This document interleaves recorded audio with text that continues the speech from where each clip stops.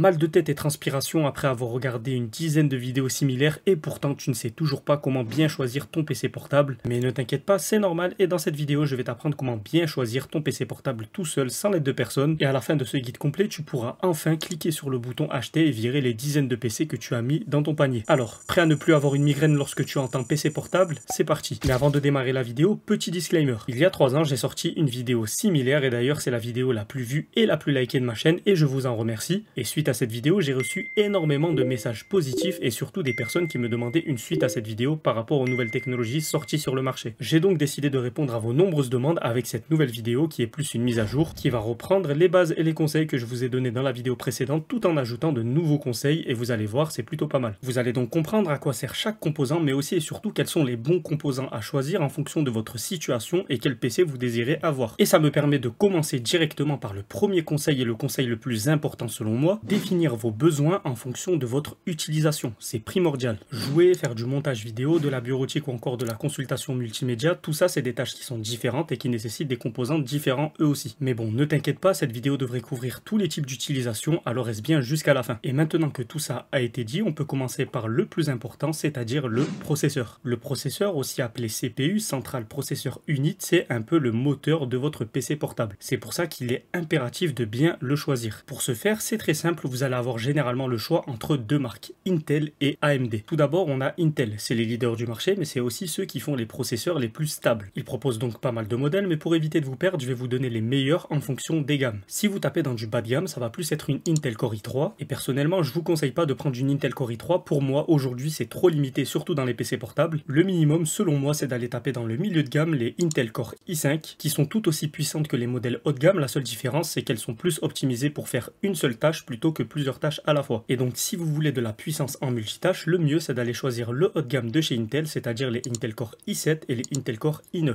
Mais il est également possible que quand vous allez choisir votre PC, vous allez tomber sur des processeurs AMD. Les processeurs AMD sont tout aussi puissants que les processeurs Intel. La seule différence, c'est que les processeurs AMD sont un petit peu moins bien optimisés et donc moins stables, mais à contrario, AMD propose d'excellents rapports qualité-prix. Au niveau des différents processeurs, vous n'allez pas être perdu étant donné que AMD propose le même système de gamme que Intel. Bas de gamme et que je ne vous conseille pas, vous allez retrouver les Ryzen 3. Puissant, pour du simple tâche, on va avoir les Ryzen 5. Plus puissant et pour du multitâche, on va enfin retrouver les Ryzen 7 et les Ryzen 9. Et donc, petit résumé avant de passer à la suite. Pour les processeurs, je vous conseille au minimum d'avoir une Intel Core i5 ou une AMD Ryzen 5. Et évidemment, si vous pouvez avoir une Ryzen 7, une Ryzen 9 ou encore une i7 ou une i9, encore une fois, c'est toujours mieux. Ah oui, et petit tips avant de passer à la suite, quand vous allez lire votre processeur, il est possible qu'il y a une série de chiffres derrière lui. Par exemple, une Intel Core i9 8710. Ces chiffres indiquent juste la génération du processeur. Donc ici, une Intel Core i9 8e génération, et donc plus la génération est élevée, plus le processeur est récent. Passons maintenant à un composant qui est tout aussi important que le processeur, mais qui est beaucoup plus sous-estimé, je parle de la carte graphique. La carte graphique, aussi appelée GPU, Graphic Processor Unit, permet à l'ordinateur portable de gérer toute la partie graphique. Et elle est donc priorisée à tort que pour le gaming, alors que c'est un composant à part entière qui va gérer des processus à part entière. Par exemple, le rôle de votre processeur, c'est de gérer toute la partie calcul, et le rôle de la carte graphique, c'est dans son nom, c'est tout simplement de gérer la partie graphique. Mais le problème, c'est que beaucoup de personnes vont acheter des PC portables qui n'ont même pas de carte graphique. Et donc, sans carte graphique, que va-t-il se passer? Eh bien, c'est le processeur qui va gérer la partie graphique, et donc le PC ne va pas être optimisé, votre processeur va être en surconsommation. Et ça, croyez-moi, c'est quelque chose qu'on veut surtout éviter quand on a un PC portable. Il est donc important, voire même primordial, d'avoir un composant pour chaque utilisation. Et non, la carte graphique ne sert pas qu'à jouer aux jeux vidéo. Elle est certes primordiale pour cet aspect-là, mais pour faire du design, de la 3D ou encore du montage photo-vidéo, eh bien, il vous faut impérativement une carte graphique, sinon votre PC ne pourra pas assumer. Mais du coup, c'est quoi une bonne carte graphique et lesquelles doit-on choisir? Eh bien, au niveau des cartes graphiques, on a plusieurs marques, mais bon, on va se concentrer sur les deux principales, Nvidia et AMD. Décidément, ils sont de partout. Mais même si AMD sont présents également sur les cartes graphiques, cette fois-ci, je ne vous conseillerais que Nvidia. Pourquoi? Eh bien, tout simplement parce que Nvidia sont les leaders du marché très loin devant et ça se ressent même en termes de technologie. Leurs cartes graphiques sont puissantes, mais aussi et surtout beaucoup plus optimisées, avec beaucoup plus d'options et de configurations, et ça reste quand même important pour une carte graphique. Et donc chez Nvidia, on va retrouver principalement deux modèles de cartes graphiques, GTX et RTX. Pour vous faire très simple, GTX c'est les modèles un peu plus anciens et donc qui commencent à dater maintenant, et RTX c'est les modèles plus récents et donc avec plus d'optimisation, plus de puissance, mais aussi plus de configuration. Côté GTX, même si certaines font encore l'affaire, j'aurais du mal à vous les conseiller, à part peut-être celle qui a fait le plus ses preuves et qui est vraiment polyvalente et qui fonctionne encore très bien aujourd'hui, la GTX 1660 et toutes ses variantes. Après attention, ça ne veut pas dire qu'avec d'autres modèles GTX inférieurs, ça ne peut pas faire l'affaire, mais ça va beaucoup plus se jouer sur votre utilisation et à ce moment-là, le mieux c'est de partir sur une 1660 qui a des bases vraiment solides. Sinon, et c'est même meilleur, vous pouvez opter pour une RTX. Plus puissant, plus récent, mais aussi plus cher, les modèles RTX sont vraiment faits pour les utilisations vraiment très poussées, comme par exemple les jeux vidéo ou encore la modélisation 3D, et RTX c'est même une option supplémentaire dans les jeux vidéo aujourd'hui sur PC qui permet d'avoir un meilleur rendu visuel sur toutes les textures. Donc c'est clair, une RTX c'est pas un composant qui est fait pour tout le monde, mais par contre une chose est sûre, si vous voulez que votre PC n'ait aucun problème pour tout type d'utilisation, eh bien il faut choisir une RTX. Et donc dans ces fameuses RTX, on va avoir plusieurs modèles, des gammes et des sous-gammes, et franchement c'est une histoire à se prendre la tête, mais pour vous faire très simple, vous avez les 2000, les 3000 et les 4000 qui sont les plus répandus et les plus utilisés, et plus on monte en unité, plus elles sont récentes et puissantes. Passons maintenant à un autre élément tout aussi négligé que la carte graphique, et pourtant c'est ce que vous regardez tout le temps sur votre PC, je parle bien évidemment de l'écran. Pour l'écran, ça sera pas très long parce qu'il y a deux choses principales qu'il faut vérifier et choisir, la taille et l'affichage. Pour la taille, c'est très simple, c'est plus une histoire de goût et d'optimisation. Chaque taille a ses avantages et ses inconvénients. Pour du 13 et du 14 pouces par exemple, ça sera plus petit, plus compact et donc plus facilement transportable. Mais à côté de ça, forcément les composants seront plus petits et donc le PC sera moins puissant. Sans compter que ces modèles sont difficilement utilisables car trop petits au niveau du clavier et au niveau de l'écran. On a ensuite les 15 et 16 pouces qui sont pour moi le meilleur choix, ni trop petit ni trop grand, et en plus de ça les composants passent dedans, le choix du juste milieu, le meilleur choix. Et pour terminer, on a ensuite les 17 pouces. Alors les 17 pouces forcément ils sont plus grands, donc on a généralement de meilleurs écrans, on a aussi un meilleur clavier, mais aussi et surtout des composants internes qui ont plus de place et donc des meilleurs composants internes qui respirent mieux. Mais le problème c'est que ce genre de PC sont beaucoup plus lourds et donc beaucoup plus encombrants. Et en réalité on passe d'un PC portable à un PC transportable. Après ça, et comme je l'ai dit précédemment, on a aussi l'affichage. Côté affichage, c'est très simple, la plupart du temps on va être à 60 Hz, et franchement c'est plus que correct pour une utilisation standard, mais évidemment c'est toujours mieux d'avoir plus de Hz, donc plus d'images par seconde, et donc avoir un PC beaucoup plus fluide à l'utilisation. Et généralement ça va vraiment changer l'utilisation de ceux qui jouent aux jeux vidéo. Le confort d'utilisation sera beaucoup plus élevé quand vous allez passer de 60 à 100 Hz ou encore de 100 à 140, voire 240. Mais bon, on va pas se mentir, à part si vous avez une utilisation poussée comme avec les jeux vidéo, eh bien ça sera pas un critère prioritaire, c'est même assez gadget. Un point maintenant qui peut paraître très important alors qu'en réalité sur PC il ne sert pas à grand chose, c'est tout simplement l'autonomie. Alors attention, je ne dis pas que l'autonomie c'est pas important pour un PC portable, c'est même très important en réalité, c'est juste que l'autonomie de votre PC portable elle dépend pas tellement de la batterie, elle dépend plus de votre utilisation. Par exemple, un même PC portable peut tenir 3 heures sur de la bureautique et 1 heure sur un jeu vidéo, tout simplement parce qu'un jeu est beaucoup plus gourmand et donc ça va beaucoup plus puiser dans les réserves du PC et donc beaucoup plus dans la batterie. J'irais même jusqu'à dire que quitte à avoir une batterie qui tiendra pas beaucoup, eh bien le mieux c'est d'avoir une petite batterie. Pourquoi, vous allez me dire? Eh bien tout simplement parce qu'une plus petite batterie c'est plus de place pour les autres composants et donc plus de place pour des plus gros composants. L'exemple que je peux vous donner, c'est mon ordinateur portable que j'utilise pour travailler et jouer. Il a une batterie grande capacité qui empiète sur un de mes composants que je ne peux pas améliorer et upgrade. Donc je me retrouve bloqué à pas pouvoir améliorer mon PC portable alors que cette batterie grande capacité en réalité elle ne tient que 2 heures pour travailler et 1 heure pour jouer. Donc vraiment la batterie, ne vous focalisez pas dessus, c'est vraiment pas un élément primordial pour les PC portables. Pour la suite, on passe aux différentes connectivités. Là aussi ça va être très court parce qu'il n'y en a pas 50 000, mais il faut en avoir le plus possible. Tout simplement parce que ça permettra à votre PC portable d'être beaucoup plus polyvalent et surtout d'être multitâche. Donc ici on va chercher à avoir beaucoup de USB,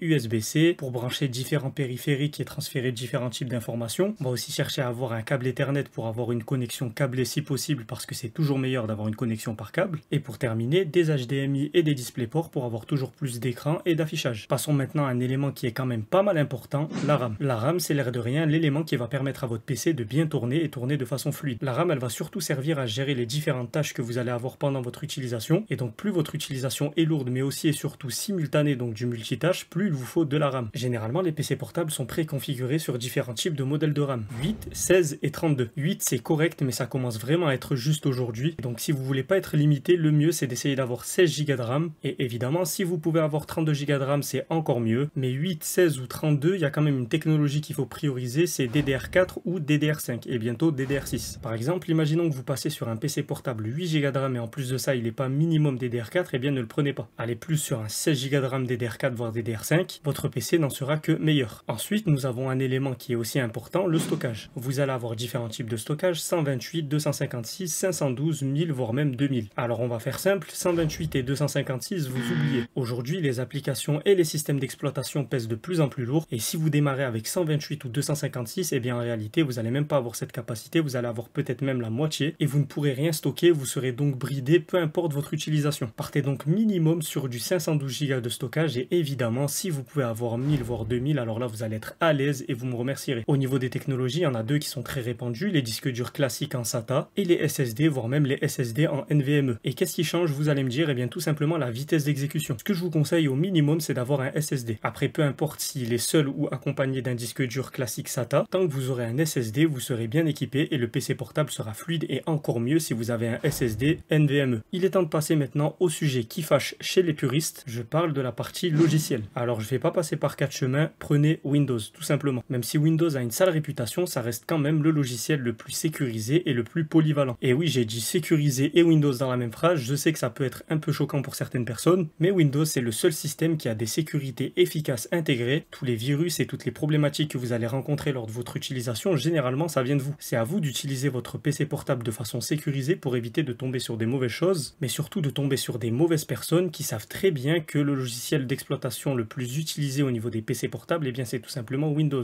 Après oui c'est vrai, il existe d'autres solutions, d'autres logiciels d'exploitation, mais c'est vraiment pour une utilisation spécifique. On va avoir pléthore de logiciels d'exploitation sous Linux, mais généralement sous Linux, un logiciel d'exploitation est égal une utilisation. On va par exemple avoir SteamOS pour faire du jeu vidéo et Kali Linux pour faire de la programmation, mais du coup SteamOS ne sera pas optimisé pour faire de la programmation et Kali Linux ne sera pas optimisé pour faire du jeu vidéo. Là où Windows permet de faire tout ça très bien sous un seul et même logiciel. Et si vraiment vous voulez passer sous Linux, le meilleur c'est de prendre Ubuntu. Ubuntu c'est un peu le système d'exploitation le plus polyvalent et celui qui ressemble le plus à Windows et donc forcément c'est celui que vous allez le plus utiliser si vous démarrez sous Linux. Après vous allez avoir Chrome OS, mais bon Chrome OS c'est plus une version Android des PC portables et de plus Chrome OS c'est tout simplement le logiciel d'exploitation des Chromebooks et honnêtement les Chromebooks c'est pas des PC que je vais conseiller. Généralement c'est le genre de PC qui se repose que sur le système d'exploitation et du coup les composants sont vraiment à la rue. Donc à part si vous êtes un étudiant qui va juste faire de la prise de notes ou encore de la bureautique, les Chromebooks faut surtout pas les prendre. Et pour terminer on a aussi OS X avec les Mac, mais bon les Mac j'aimerais en parler dans une autre vidéo dédiée parce que c'est une architecture qui est un petit peu différente. Donc dites-moi dans les commentaires si ça vous intéresse une vidéo complète sur les Mac, quelle est la différence entre les PC et les Mac, comment bien choisir son Mac, etc. etc. Et on arrive presque à la fin de cette grosse vidéo sur comment bien choisir son PC portable, mais bon j'ai encore quelques astuces à te donner donc reste bien jusqu'à la fin. Le première astuce que j'aimerais te donner, si demain tu hésites entre un PC portable et un fixe, sachant que le portable tu vas pas réellement l'utiliser à l'extérieur, eh bien prends un fixe. Parce que même si sur le papier un PC portable et un PC fixe il y a exactement les mêmes composants, en réalité les deux composants sont totalement différents, ils ne se ressemblent même pas. Sur les PC portables c'est plus des composants bridés alors que sur les PC fixes, comme il y a plus de place, on est vraiment sur les vrais composants, les composants puissants et donc forcément un PC fixe avec la même configuration sera toujours plus puissant qu'un PC portable. Deuxième conseil très important, il faut aussi surveiller la ventilation de votre ordinateur. Les premiers problèmes qui surgissent dans votre ordinateur, généralement c'est des problèmes de chauffe, c'est ça qui va faire perdre de la performance à votre ordinateur et c'est ça qui va dégrader les composants. Pour pallier à ça, il faut que votre ordinateur portable ait une bonne ventilation. Pour ça, il suffit de regarder le nombre de ventilateurs mais aussi quel type de technologie est utilisé. Par exemple, si votre ordinateur portable a 6 ventilations, 2 sur les côtés, 2 derrière et 2 en dessous, là il va être bien ventilé et surtout s'il a une technologie supplémentaire qui s'appelle le refroidissement liquide. Je pourrais m'attarder plus longuement sur cette partie et sur le refroidissement liquide, mais honnêtement vous avez juste besoin des bases, vous n'avez pas besoin de plus et la vidéo elle est déjà assez longue. Tout ce que vous avez besoin de retenir, c'est qu'un PC qui respire, un PC qui souffle, c'est un PC en bonne santé. Donc s'il vous plaît, arrêtez d'utiliser votre PC sur votre coussin, sur votre lit ou encore évitez de manger pour mettre des miettes sur le clavier. En faisant ça, vous allez juste tuer votre PC à petit feu parce que vous allez obstruer les voies d'aération et donc bonne ventilation ou pas, votre PC va finir par ne plus tourner, par ne plus respirer, par ne plus souffler et au final, il ne va plus fonctionner correctement. Dernier conseil, comment bien sécuriser votre PC? Eh bien tout simplement à l'aide d'un mot de passe. Et quand je vous parle d'un mot de passe, je vous parle d'un vrai mot de passe complexe. Je vous parle pas d'un mot de passe où il est marqué 1, 2, 3, 4. Mettez un mot de passe personnel avec des caractères spéciaux et variés et vous allez voir que vous serez quasiment impénétrable. Alors que toutes les nouvelles technologies, même si elles sont sympas, que ça soit le lecteur d'empreintes, la reconnaissance faciale et j'en passe, eh bien en réalité elles sont bien plus faillibles qu'un bon vieux mot de passe. Bon, réel dernier conseil parce que celui-là je l'avais oublié alors qu'il me semble quand même pas mal pertinent. Si demain vous avez exactement la même configuration entre un PC portable normal et un PC portable gaming, choisissez le PC portable gaming. Pourquoi? Eh bien pour deux choses. La première c'est qu'avec un PC portable gaming vous êtes sûr et certain d'avoir une bonne ventilation et la deuxième c'est qu'un PC portable gaming il est optimisé pour le jeu vidéo et le jeu vidéo c'est la tâche la plus difficile pour un PC donc forcément vous allez avoir le meilleur des PC possible. Et voilà, là on arrive vraiment à la fin de cette vidéo. J'aurais pu encore ajouter des choses comme par exemple les gadgets que vous pouvez retrouver sur les PC mais ça me semble pas primordial. Je pense que vous avez déjà pas mal d'informations à assimiler et normalement avec ce guide complet vous ne pouvez plus vous tromper sur le choix de votre PC portable. Et n'oubliez pas que cette vidéo elle part de demandes que vous avez fait en commentaire commentaires. Donc si vous avez des sujets de vidéos que vous avez besoin de comprendre et que vous voulez que je traite, dites-le moi, je le ferai avec grand plaisir. Pour me soutenir et soutenir la chaîne, comme d'habitude, abonnez-vous à mes différents réseaux sociaux, allez checker mon site officiel et rejoignez le Discord de la communauté. Mais surtout, si vous avez envie d'acheter un nouveau siège ergonomique pour accompagner l'achat de votre PC portable, n'hésitez pas à passer par le sponsor officiel de la chaîne, Inomi, qui propose des sièges ergonomiques gaming incroyables. Lien et code de réduction en description. Et surtout, n'oublie pas, pour toujours plus de vidéos comme celle-ci, fais comme les 2 pouces, like et abonne-toi.